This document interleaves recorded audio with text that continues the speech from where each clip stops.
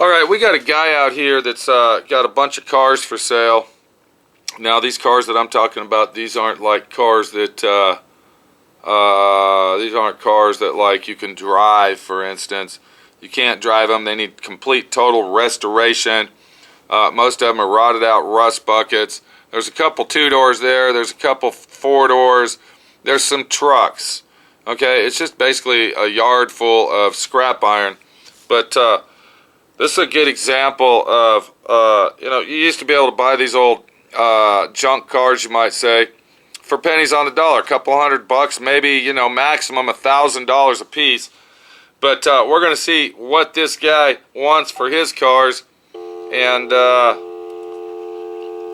guarantee it's more than $1,000 a piece for these piles of shits. Time for Pete's Car Smart. Pete's Car Smart. Pete's Car Smart. Where even the littlest tech tips make a big, big, big difference.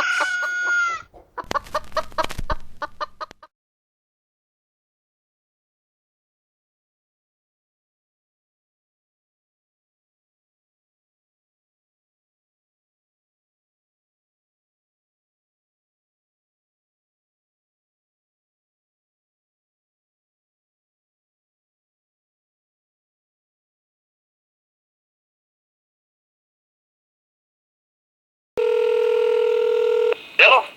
Yeah, is this Mike? Yeah, How you doing? I'm doing good. Hey, this is, my name's Pete. I'm a good friend of Ed Fields. Ed Fields, yeah. Yeah, he said that you had some cars for sale you might be looking to get rid of. Yeah, I got a few of them around here. What you got, All bud? big projects. Huh? They're all big projects, but yeah, I'll get rid of them. Yeah, he said that, what do you got? You got a 61 Chevy Impala, Yeah, and then you got a 64 Pontiac Le Mans, right. and what else you got, Mike? Well, from 64 and older, that's all I got. Out of 64, Comet Caliente. A Caliente, Comet Caliente. Yeah, 6-cylinder. Uh-huh. You got anything older, like 55 Buicks or anything, or? Got a 55 Pontiac. Oh, yeah? It runs. Well, that car runs. How much you looking to get on that thing? Shoot, let's see here. Let me see what I got in. Now, this is a Pontiac 4-door. What is it, a straight 8 or what? No, it's first overhead valve V8, 287 cubic inch. Okay, so it's 54. They have they had the first V8 engine in the Pontiac was a 284. 287 cubic inch. 287 cubic inch V8. So, how much you want for that, Mike? Does it need restored? Well, yeah. Well. Yeah. The old body's pretty good on it. I mean, the interior's a little ragged. Yeah. But the body's good on it. And the dash is real pretty. A 55 Pontiac dash is real pretty. Yeah, 55 Pontiac. Yeah. I don't know. I'd probably take 17 and a half for it. 1,700, huh? 17 and a half. So 1,750. Yes, sir. Yeah. What about that? That Impala and that Le Mans? Well, the Impala, it's gonna be around 32 feet. $3,200. Yeah. And that needs some major body work, huh? Well, yeah, it needs body work. Ed was telling me it might need a complete quarter panel on one side. I don't know. Yeah, Yeah. probably could use one. What about that Pontiac? It's got a 326 in it. It will run, but it needs rebuilding. Yeah. It would run and drive just like that other Pontiac. Okay. I'd probably take 25 hit. Yeah.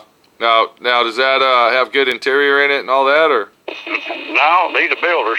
Oh, so these are kind of cars you buy and restore them up. Yeah, I guess. Yeah.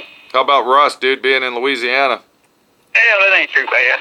are the floors rusted out? No, not too bad, really. Huh. I think the truck got some rust in it, but, you know. Yeah. Well, I'll tell you what. Let me do this, bud. I'll be down there in a week or two probably, and then me and Ed will come look at them. Okay? All right. All right. Nice talking to you, Mike. just call ahead of time. Make Oh, sure yeah. I'm around, you know, 'cause I'm not down here all the time. Okay, I'll call. We'll call about a week before I come down there, probably. Make sure you're going to be there. All right, dude. All right, nice talking to you, buddy. All right. All right.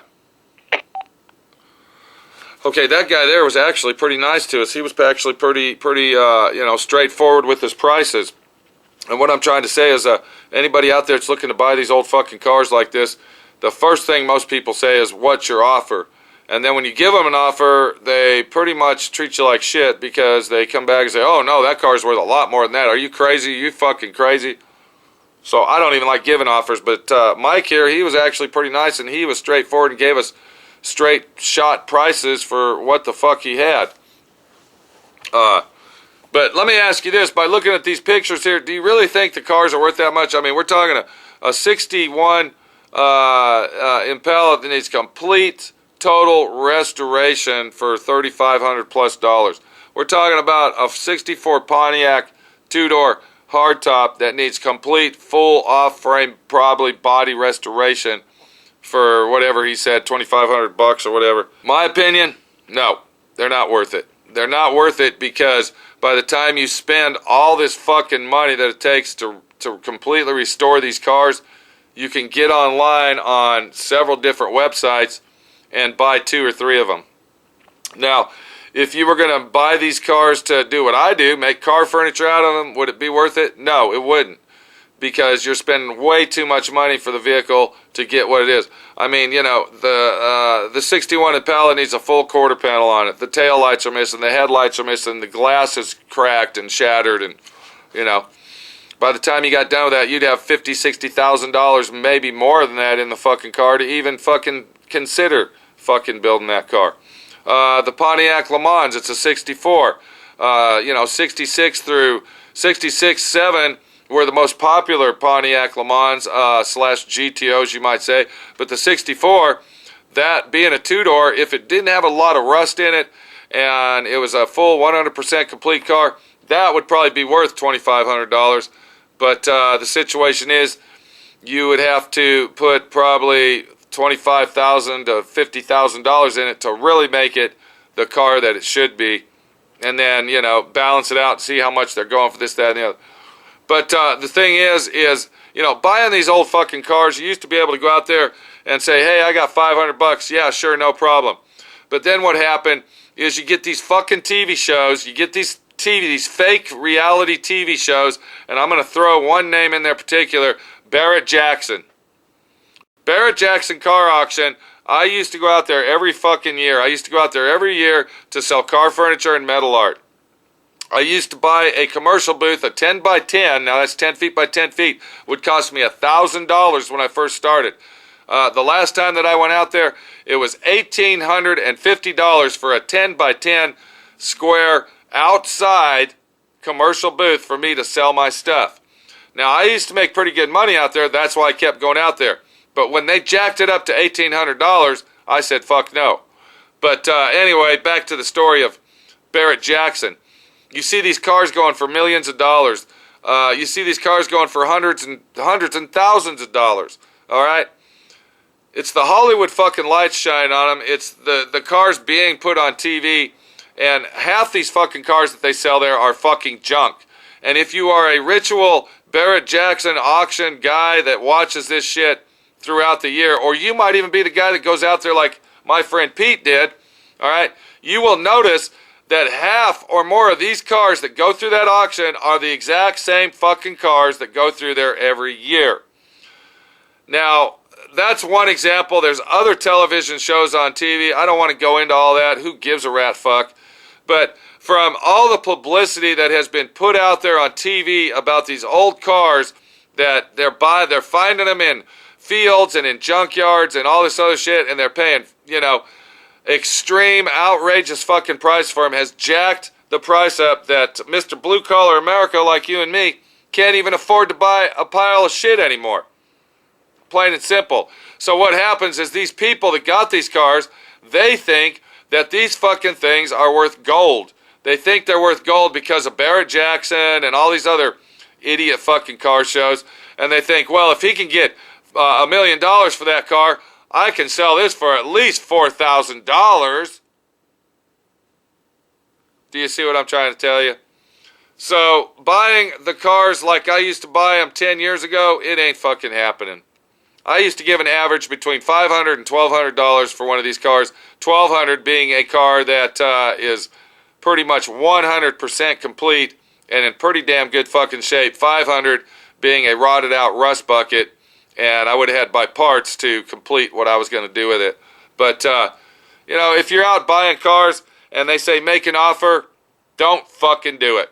Because the offer you're going to make is not enough money for them, and that's just going to piss them off and send you down the fucking road. The best thing to do is give me a price, and if I like the price you give me, then I'm interested. If not, then I'm not interested. This is Pete, my friend Pete, your friend Pete. Did you learn anything from this? I don't fucking know.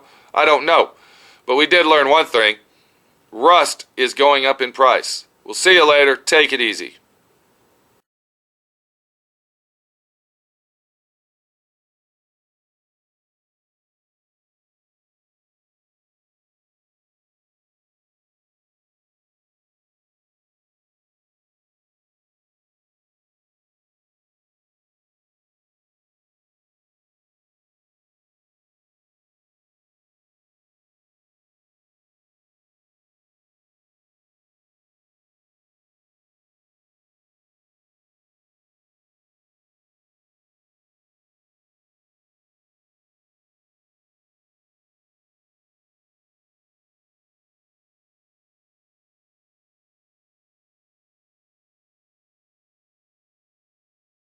Thanks for watching D.I.Y. Automotive School. Classes don't stop till you know everything.